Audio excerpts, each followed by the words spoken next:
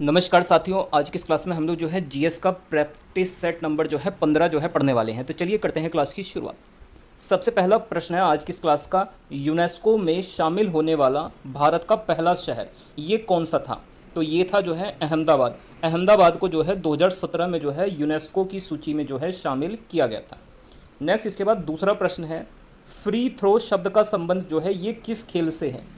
तो देखिए, जो फ्री थ्रो शब्द है ये जुड़ा हुआ है बास्केटबॉल के खेल से। बास्केटबॉल के खेल में कितने खिलाड़ी होते हैं? तो इसमें जो है 5 खिलाड़ी होते हैं। अगला तीसरा प्रश्न है, कनक रैले का संबंध जो है किस शास्त्रीय नृत्य से है? तो देखिए, जो कनक रैले हैं इनका संबंध है मोहिनी अट्टम शास्त्रीय नृत्य से। मोहिनी अट्टम किस राज्य का शास्त्रीय नृत्य है? तो आपको याद रखना है केरल राज्य का। अगला प्रश्न है, सर्व टू विन ये ऑटोबायोग्राफी किसकी है? तो ये ऑटोबायोग्राफी है नोवाक जोकोविच की। नोवाक जोकोविच जो कि टेनिस के एक दिग्गज खिलाड़ी हैं सर्बिया देश के, इनकी ऑटोबायोग्राफी आत्मकथा है सर्व टू विन। अगला पांचवा प्रश्न है, गोवा में कुल कितनी संसदीय सीटें हैं? तो देखिए, गोवा में टोटल 3 संसदीय सीटें हैं, जिसमें से 1 सीट राज्यसभा की है और 2 सीटें जो है इसमें लोकसभा की हैं। अगला छठा प्रश्न है, राधा श्रीधर का संबंध जो है किस शास्त्रीय नृत्य से है? तो इनका संबंध जो है भरतनाट्यम से है। भरतनाट्यम जो कि तमिलनाडु का शास्त्रीय नृत्य है, इससे जो है राधा श्रीधर का जो है संबंध है। अगला सातवां प्रश्न है, नेहरू ट्रॉफी ये किस खेल में दी जाती है? तो ये जो है नौका दौड़ में जो है दी जाती है। अगला आठवां प्रश्न है, नेहरू कप का संबंध ये किस खेल से है? तो ये देखिए फुटबॉल से संबंधित है नेहरू कप।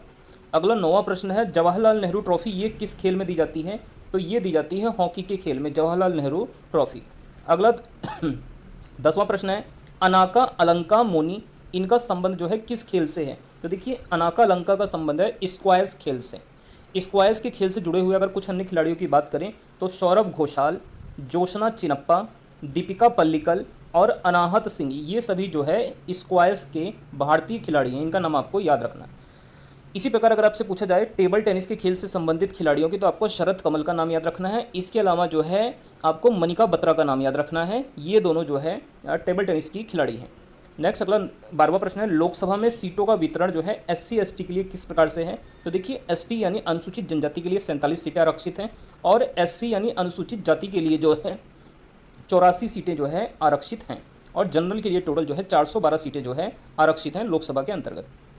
अगला प्रश्न है, सबसे अधिक बार बजट किसने पेश किया है? तो देखिए, सबसे अधिक बार जो है बजट जो है पेश किया है मोरारजी देसाई ने। मोरारजी देसाई ने टोटल 10 बार जो है बजट पेश किया है। अगला प्रश्न है, अनुच्छेद 112 में क्या वर्णन है? तो इसमें जो है वार्षिक वित्तीय विवरण का जो है वर्णन अनुच्छेद 112 में है। तो यहाँ पर हमने 14 प्रश्न कंप्लीट किए। चलिए देखते हैं क्वेश्चन नंबर 15। अगला प्रश्न है, केंद्रीय बजट को कौन पेश करता है? तो इसका राइट आंसर है वित्त मंत्रालय। वित्त मंत्रालय के द्वारा केंद्रीय बजट को पेश किया जाता है।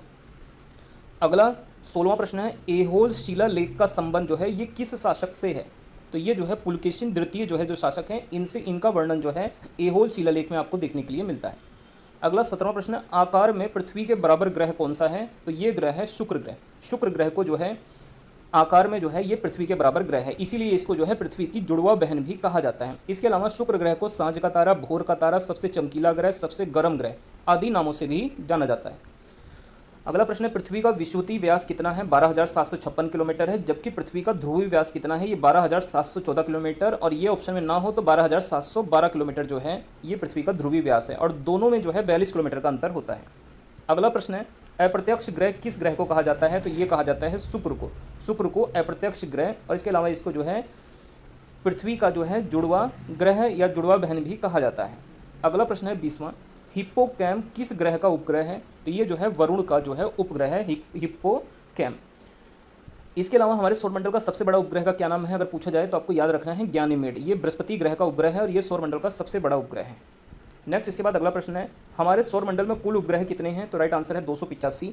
अब यहाँ पे बात करते हैं किस ग्रह के कितने उपग्रह हैं। तो देखिए, 2 ग्रहों के पास एक भी उपग्रह नहीं है, बुध और शुक्र, इनके उपग्रहों की संख्या 0 है। पृथ्वी के पास एक उपग्रह है, वो है चंद्रमा। मंगल के पास 2 उपग्रह हैं, कौन कौन से 2 हैं? फोबोस और डिमोस।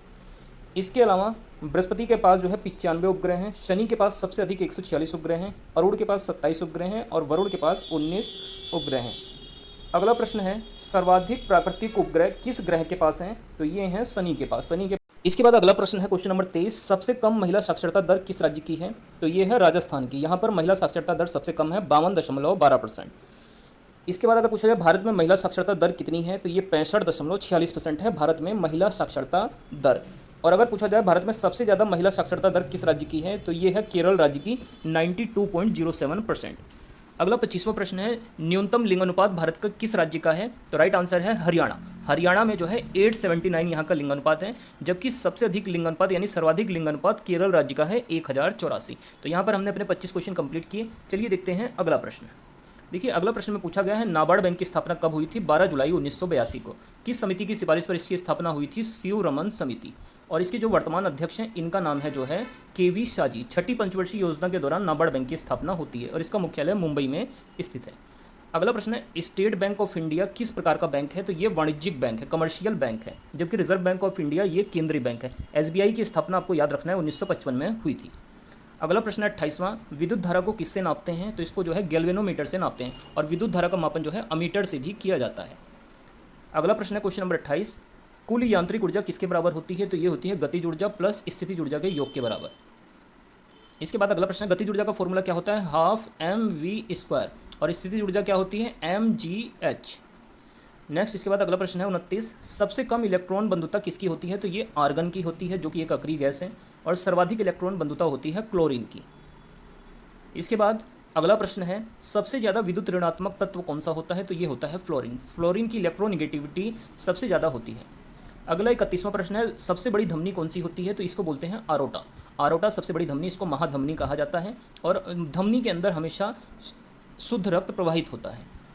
अगला प्रश्न है 32, सर्वदाता रक्त समूह किसको कहा जाता है, तो ये ओ निगेटिव को कहा जाता है, जबकि सर्वग्राही ब्लड ग्रुप ए बी होता है। ए बी सबसे ब्लड ले सकता है और सर्वदाता ओ निगेटिव होता है।